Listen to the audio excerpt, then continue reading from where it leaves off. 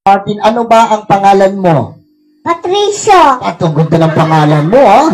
Ilang taon na si Patricio? 5 po. 5, ayan. Ano ba ang Tagalog ng 5? 6 6, very good, magaling. Nag-aaral ka na? po. Nag-aaral ka na? Po. Apo. Saan ka napasok? Sa school. Sa school, very good, magaling. Okay, dahil ikaw ay nag-aaral na, katulad ba ng ibang bata, meron ka bang gustong maging paglaki? Apo. Anong gusto mo maging paglaki? Gusto mo maging isang? Tatay. Tatay. Ako, bata ka pa, gusto mo na maging tatay. Hindi. Oh, bakit? Ano ba ang ginagawa ni tatay? Nagsasabong. Nagsasabong. Tatay tayo dyan. Aray ko. So, hindi. Ang ibig ko sabihin, hindi tatay. Ang bilis mo naman. Ang ibig ko sabihin, for example, nakapagtapos ka ng pag-aaral, ano yung gusto mo maging trabaho paglaki? Gusto mo maging isang? Doktor. Doktor, very good. Palakpakan naman natin. Gusto niya maging isang doktor paglaki. Pag ikaw pa ay naging doktor na, nagkaroon ka na ng license para manggamot, sino yung una mong gagamutin?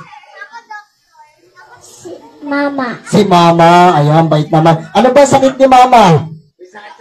Si Mosta. Chismosa. Katay ka sa nanay. Sino po yung nanay nito? Sino? Anak mo, tete? Katay ka sa nanay ni mama yan. Dito ka lang, tayo ka lang. So, ganito yung gagawin natin. Sige, bago tayo magpatuloy, dahil sabi mo nga sa akin, nag-aaral ka na, saan ka ba magaling? Sa school. Sa school, So, tayo magaling nga sa school. Okay. For example, saan ka ba magaling? Sang subject ka ba magaling? Sa? English. English, wow.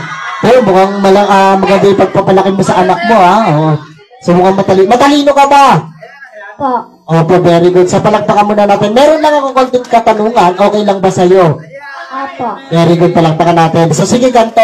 Mga bata, wag nating tuturuan, okay? So, sabi nga, magaling siya sa English. Ano ba ang English ng aso?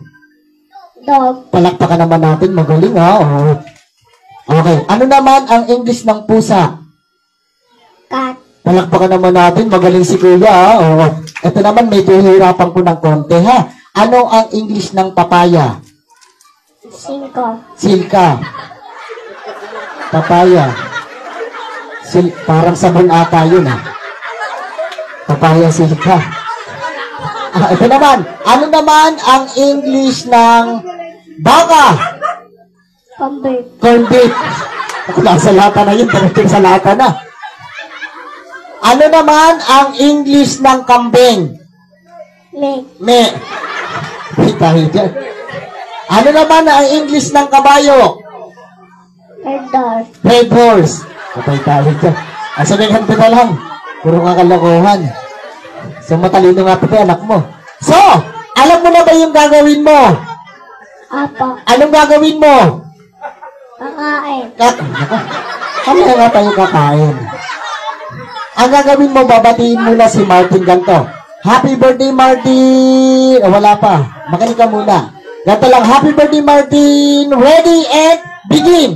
Happy birthday, Martin!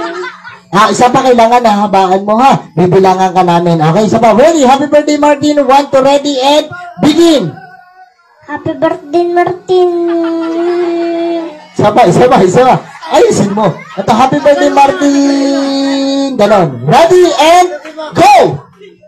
Happy birthday, Martin!